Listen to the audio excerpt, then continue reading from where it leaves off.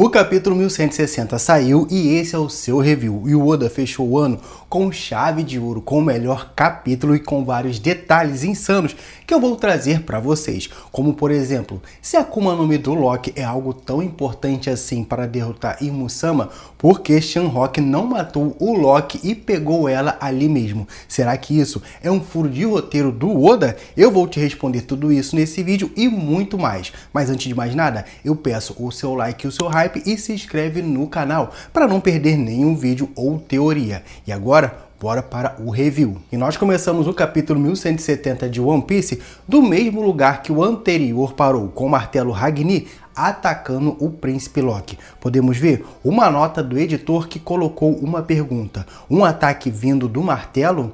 E Loki, no último instante, conseguiu desviar do ataque, aonde o Hagni bateu em uma pilastra, destruindo ela como se não fosse nada. O Loki ficou furioso com a possibilidade de alguém ter jogado o martelo nele. Ele diz: desgraçado, quem está aí? E quem foi que jogou o martelo em mim? Apareça, seu miserável. Então Loki chega mais uma vez na sala aonde está o baú que contém a Akuma no Mi lendária de Elbaf e, para sua surpresa, ela estava vazia, aonde ele se questiona e fala: não tem ninguém aqui? Então, de qualquer forma, a Akuma no Mi está aqui. Eu preciso comê-la. Só que algo chama a sua atenção. Alguns estalos estão vindo do chão. E o motivo disso é porque o lugar aonde o Hagni está, o chão está cedendo com o peso do martelo ancestral. O chão acaba se despedaçando e o Loki diz: isso só pode ser alguma brincadeira, porque não tem como esse martelo ser tão pesado. E todo o chão desmorona, fazendo o Loki cair, gerando um enorme estrondo, que deu para ser ouvido lá do salão principal, aonde o rei Harald está. Aonde o rei, que está com a sua personalidade transformada por causa do controle de Musama, ele diz: não adianta, Loki, essa Akuma no Mi é um tesouro nacional, e por centenas de anos ninguém conseguiu comê-la, mas não por uma escolha, mas porque o Hagni não conseguiu encontrar ninguém digno o bastante. Enquanto o rei diz essas coisas, nós vemos o Hagni freneticamente tentando acertar um golpe no Loki, aonde o martelo está girando e batendo no chão, pronto para nocautear o príncipe de Elbaf. Mas o rei fala que agora que ele tem esses poderes, ele vai empunhar o Hagni. E por mais que o rei dê a impressão de que ele agora tem o poder necessário para poder batalhar contra o Hagni e possuí-lo, isso é apenas Imusama influenciando o rei e colocando uma sementinha do mal, porque o rei tem sim a força necessária para poder empunhar o Hagni, se de fato for apenas a força o requisito para ter esse martelo ao seu lado. Mas esse quadro também nos dá uma dimensão de como é muito foda os poderes de Musama e o seu haki, porque o Harald era o homem que lutava de igual para igual contra o Rox. E agora, Imusama, com os seus poderes e com a marca do contrato e seu haki, está mudando a personalidade de um rei bondoso, mostrando que o haki de Imusama, mesmo em distâncias insanas, mas através da marca, consegue ir mudando os pensamentos dos seus pactuados, mostrando que ainda tem um patamar bem mais alto acima de tudo para ser alcançado. E eu quero saber como o Luffy e o Chapéu de Palha vão conseguir contornar isso em Elbaf. Mas voltando ao capítulo, os pensamentos do rei são interrompidos porque duas armas exalando haki aparecem, e são Shanks, o Ruivo e Scooper Gaban, que deram um golpe duplo no rei, e temos o começo da explicação de como realmente dar dano nos Cavaleiros de Deus e interromper a sua regeneração, aonde o Gaban diz que esses golpes dados no Harald já estão causando bastante dor, porque as habilidades de cura dele está tendo dificuldade de acompanhar o dano sofrido. Então eles têm que continuar atacando e uma hora ele não vai ter mais para onde ir, ou seja, a regeneração não vai acompanhar o dano sofrido, porque os cavaleiros têm apenas uma fraqueza, que são ataques cobertos de haki do rei. E com essa explicação de que os ataques revestidos de haki do rei retarda a regeneração e o detalhe principal deve ser usado várias vezes a ponto de que o corpo atingido não tenha a velocidade de se regenerar, isso nos revela que os poderes de Musama são de fato algo vindo de uma Akuma no Mi. Só que esse meio de combate tem um risco insano, porque exige um esforço e sacrifício tão frenético que se o alvo não ser aniquilado rapidamente, ele tem um risco de cair desmaiado por uso excessivo de haki, como foi na luta de Gold Roger e Garp contra o Shebek, aonde os dois, após essa batalha insana, não conseguiam nem mexer um músculo sequer. E uma outra coisa, a fala do Gaban que a fraqueza dos Cavaleiros de Deus são ataques cobertos com o haki do rei, afunilam bastante os combates contra os Cavaleiros de Deus. Dentro do bando do Chapéu de Palha mesmo, apenas o Luffy e o Zoro podem batalhar contra eles, e acaba enterrando algumas teorias de que a fandom tinha de que o Sop poderia derrotar o Killigan em Elbaf. Então, podemos deduzir que o Luffy, o Zoro e o Loki vão ter a capacidade de derrotar os invasores de Elbaf, mas isso também é uma excelente brecha para o Sanji despertar o seu haki do rei, adicionando mais poder à tripulação do Chapéu de Palha. Mas voltando ao capítulo, o Harold ataca de volta o Gaban, que está perguntando se ele mesmo vai se opor ao Harold, e o Gaban responde que sim. Ainda complementa que ele fala que você acha que a gente iria deixar alguém que perdeu a cabeça fazer o que quer?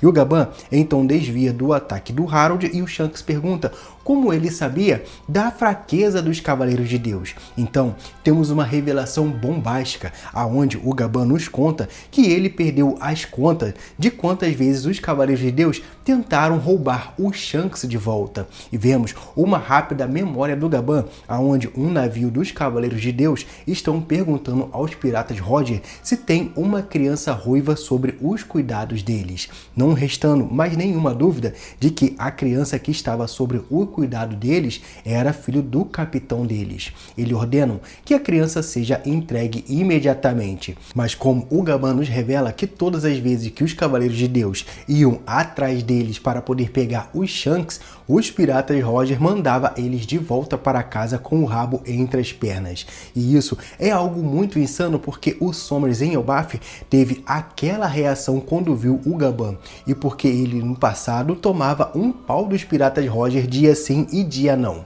Então o Shanks nos fala que de fato o tal Sommers comentava algo referente a isso, e o Gaban tem boas memórias desse tempo, aonde o que mais deixou ele surpreso foi ter descoberto que na Terra Sagrada tinha algum poder militar como os Cavaleiros Sagrados, aonde o Shanks nos conta algo que nós já sabemos, que a maioria dos dragões celestiais são uma cambada de inúteis e eles se chamam deuses. E essas palavras do Shanks é algo bem óbvio, mas foda ao mesmo tempo, porque demonstra como foi boa a criação dele no lado dos piratas Roger e, o mais importante, da sua formação de caráter, ao lado dessas lendas que viviam livres pelo mundo, nos mostrando o quanto pesa a formação do caráter da pessoa, o meio no qual ela foi criada. Eu quero ver como vai ser aprofundada a história do seu irmão, se ele vai ser assim como o Garnet, que está se esforçando para ser o personagem mais canalha da história. Mas o Shanks nos conta que só de pensar que ele teria uma vida como essa dá arrepios nele. E o Gaban nos conta que é exatamente isso que eles chamam de destino. E eu concordo com isso, por mais que o Dragon tenha dado um passo inicial para o resgate do Shanks e do Shanrock, o passo seguinte foi o próprio destino que moldou a trajetória do bebê Shanks, aonde ele mesmo saiu dos braços do Dragon com o seu jutsu de substituição e foi engatinhando para o baú do tesouro. Mas apesar da batalha estar ocorrendo insanamente, o Shanks diz algo ao Gaban que quer tentar salvar a vida do Harold. E isso para mim é uma prova de que o Shanks e o Gaban não estavam lutando com tudo, apenas queria atrasar o rei de Elbaf até achar uma saída para livrar ele do controle de Musama. Só que o Gaban se apoia nas palavras que o Shanks tinha contado para ele sobre todas as particularidades do contrato do Soberano do Abismo, que após após o rei se tornar um cavaleiro sagrado, isso já era, aonde a única esperança deles nesse caso era o Loki libertar o rei de Elbaf. E eu, pelo menos, não interpretei essa fala do Gaban aonde eles têm a esperança no Loki para poder derrotar o Harold, mas sim que na crença deles, os poderes da Akuma no Mi de Elbaf conseguisse reverter a situação do rei. No caso, retirar o contrato com o Imusama. Mas eu creio que algumas pessoas podem entender essa fala como se apenas o Loki tivesse a força necessária para derrotar o Harold. E isso, pelo menos para mim, não é uma verdade. Mas voltando ao capítulo, nós mudamos de cena e vemos que o Loki finalmente entendeu que o martelo está no seu caminho porque ele é o guardião do Tesouro Nacional de Elbaf. E o Loki pergunta por que ele está se mexendo. Então, no momento em que o Loki entendeu que era apenas um martelo, o Loki revestiu o seu martelo de Haki e confrontou o martelo gigante Ragni. E ambos se atacaram e o resultado foi que o martelo do Loki se esfarelou e o Ragni voou para o outro lado, aonde finalmente é revelada a sua real forma. O Ragni tem uma Zoan inserida nele, sendo um esquilo bem engraçado, que após se chocar com a marreta do Loki, nós vemos um galo em sua cabeça, aonde ele está sentindo dor e está tonto. E isso é bem legal e foi uma aposta que eu menos levei em consideração, que nem mesmo citei no meu review passado, mas apenas tinha falado sobre isso em uma live no canal Podcast de Anime, na leitura do capítulo 1169. A essa altura do campeonato, vocês já devem saber que dentro da mitologia nórdica, o Ratatosk é o fofoqueiro da cultura nórdica, aonde ele sobe e desce toda a Yggdrasil, levando a discórdia entre a águia que está no topo e o dragão que está no fundo comendo as raízes da Yggdrasil. Mas a situação fica bem complicada, aonde o Harold manda os soldados saírem da sua frente e o Shanks pergunta ao Gaban o que eles podem fazer para poderem pararem logo o Harold. E o Gaban está dizendo que está complicado pelo fato dele ter o Haki do rei.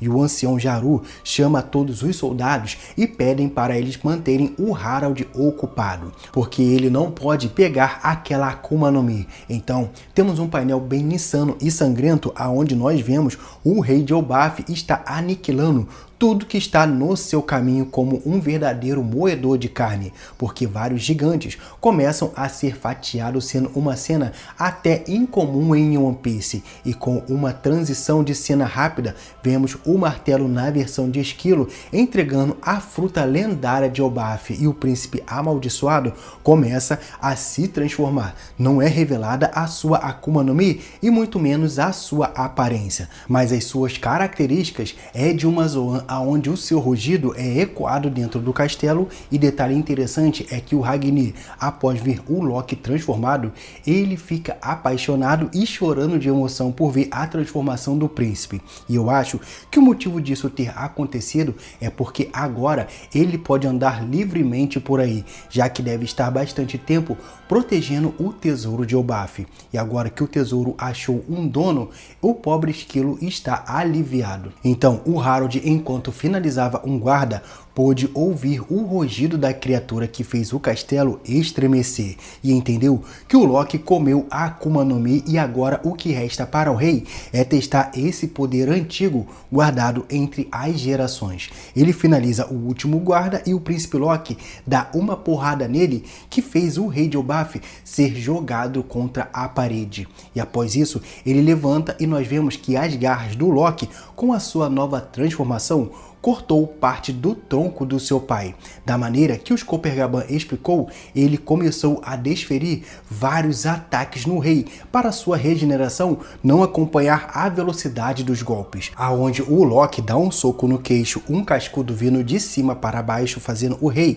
cair de cara no chão, aonde a quantidade de golpe foi tão absurda que os olhos do rei ficaram brancos. Então o rei cai de joelhos e o Loki, ainda transformado no ser mítico, segura o seu pai pronto para dar o golpe final, aonde ele volta para sua forma normal e ergue agora a sua nova arma imbuída de Haki, aonde essa quantidade de golpes absurdos deixaram o rei de Elbaf arfando, sendo algo como ele esperava, porque dentro do Loki corre o sangue de um rei. O termo usado por Harold de sangue de um rei são usados os mesmos kanjis de haki do rei. O Loki fica surpreso pelo seu pai ter voltado ao normal, mas o Harold alerta que vai ser apenas por um breve momento. Então, pediu para ele não baixar a sua guarda e, como se ele estivesse lendo o pensamento do seu filho, que está implorando para o seu pai permanecer, o rei diz a ele que não tem como mais ele ser perdoado pelo o que ele fez, onde nós vemos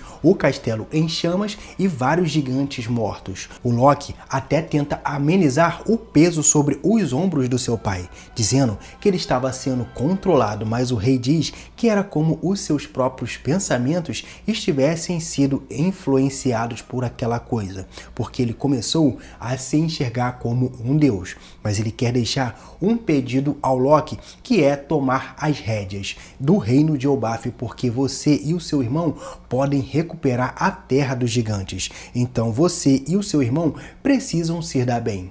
Mesmo que não tenha sido dito, essas palavras vieram como o peso da despedida para o Loki, onde o Loki, carregado de emoção, fala que o seu pai é uma pessoa horrível em fazer o próprio filho matar ele, que nem mesmo o pior pai do mundo faria uma coisa dessas. O Harold interrompe o Loki e diz: eu esqueci de falar uma coisa. Muito obrigado por aquele incidente com a Ida. O Loki, atônito porque o pai dele descobriu que na verdade ele estava vingando a Ida, queimando a vila dos cervejeiros, aonde ele mesmo diz que queimar a vila não iria trazer a Ida de volta, mas eu realmente agradeço os seus sentimentos. O momento é interrompido porque o corpo do rei se regenerou e detalhe bem interessante é que o seu haki está em conflito com o haki de Musama vindo da marca do abismo.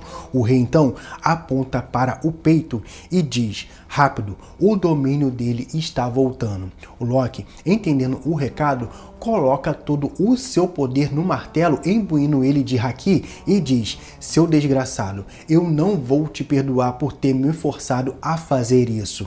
Todas essas palavras foram a maneira do Loki dizer eu te amo, aonde o rei, com um belo sorriso no rosto, retribuiu com outro eu te amo, deixando cravado na mente do Loki, fazendo jus às suas palavras que iniciou esse flashback, que só de lembrar desse momento ele se sente mal, que no capítulo 1152 ele diz que foi um dia terrível e com um enorme clarão, um raio gigantesco ilumina os céus de Elbaf para poder afastar a imensa escuridão que estava querendo envolver o reino dos gigantes. E chegamos no final do capítulo com uma das páginas duplas mais insanas de 2025, uma página carregada de emoção e conflitos internos, aonde o Loki acerta o seu pai com um golpe insano e lotado de haki do rei, aonde o Harold desligou o haki de todo o seu corpo e focou ele na marca do abismo para que Musama não tomasse o controle do seu corpo de volta. E terminamos o capítulo com o Loki chorando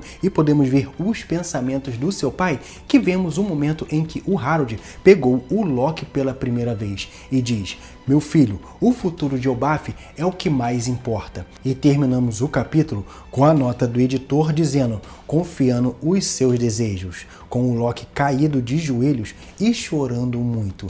E fim do capítulo. Caramba, galera, que capítulo insano e que fez o Loki um personagem incrível por tudo que ele está passando calado e aceitando o seu destino de ficar na árvore do tesouro Adão acorrentado por algo que ele até cometeu, mas é meio que impossível ele explicar isso para os gigantes devido ao seu passado. Eu acho que no final de tudo ele deve ter pedido para o Gaban não contar o ocorrido, mas eu terminei o capítulo e fiquei com alguns questionamentos e peço que vocês deixem a opinião de vocês sobre isso, porque quando nós começamos o arco de Elbaf, nós temos o Loki revelando que ele de fato conheceu o Shanks e os gigantes contaram que o Shanks derrotou o Loki e o prendeu, e o Loki chamou o Shanks de covarde, deixando o Luffy puto da vida. Eu acho que o motivo dele ter dito isso era referente ao ocorrido do Shanks não ter matado o Harold para o Loki não ter esse peso na consciência, e outro motivo é que o Shanks, como o Loki sabe de toda a verdade,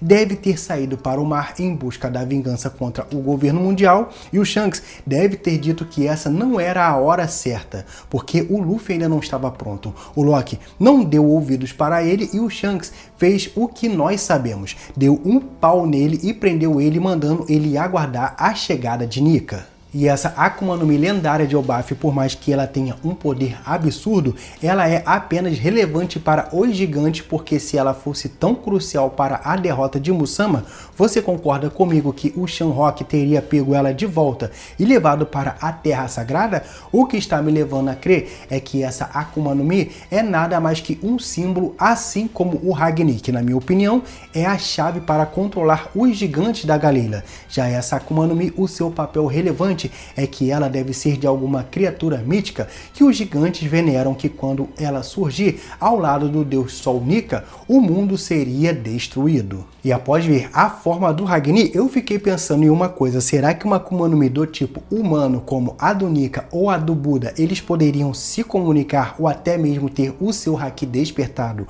caso fosse inserido em um objeto? Porque as frutas que vimos até agora, como a Bazooka em Alabasta, o Frank Fried em Enies Lobby e o Bully de chá do avô do Momonosuke, foram frutas de animais, mas não tem o poder de se comunicar. E eu fiquei com essa dúvida. Me dá a sua opinião aí nos comentários. Será que eles despertariam o Haki? Mas independente do que aconteça, eu vou estar aqui trazendo review e teorias para vocês. Eu vou deixar mais uma playlist de teorias e de review aqui no final do vídeo, que eu espero que vocês gostem. Eu desejo a todos vocês um feliz ano novo, que 2026 seja um ano abençoado para todos, e um forte abraço, valeu, tamo juntos e fui!